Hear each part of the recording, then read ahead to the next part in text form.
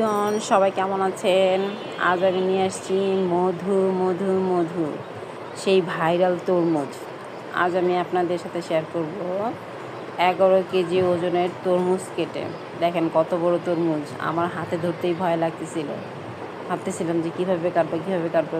অনেকক্ষণ হাতে নিয়ে বসিয়েছিলাম যে কোন দিক থেকে কাটবো সেটা আমি। তো পরে ভাবলাম যে একটা বড় ছুরি নিয়ে অর্ধেক করে সেটাকে কাটবো।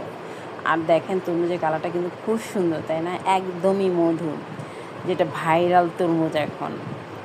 তো এইভাবে কেটে ফেলাম আমি। তো কালারটা কিন্তু বেশ, আপনারা কিন্তু কমেন্ট বক্সে জানাবেন আসলে এটা কি সত্যি মধু কিনা। তো আমি এখন এত বড় তরমুজটা সুন্দর করে কাটবো, পিস করে কাটবো। তো আমার ভাস্তি এসে আবার আমাকে একটু হেল্প করতেছে। তো কিন্তু দেখেই বলতেছে, ফুপি এটা কিন্তু খেতে আসলে একদম মধু লাগবে, ভালো লাগবে, খেতে মিষ্টি হবে। তো রোজা রেখে এত কথা বলতে পারতেছি না, কী লাগবে খেতেও ইচ্ছা করতেছিল। রোজা রেখে আসলে এই সমস্ত প্রিয় জিনিসগুলো যখন কাটতে বসি তখন আসলে কি বলবো, বলাও ঠিক না, মানে কোনোভাবে লোভ সামলানো যায় না আর কি।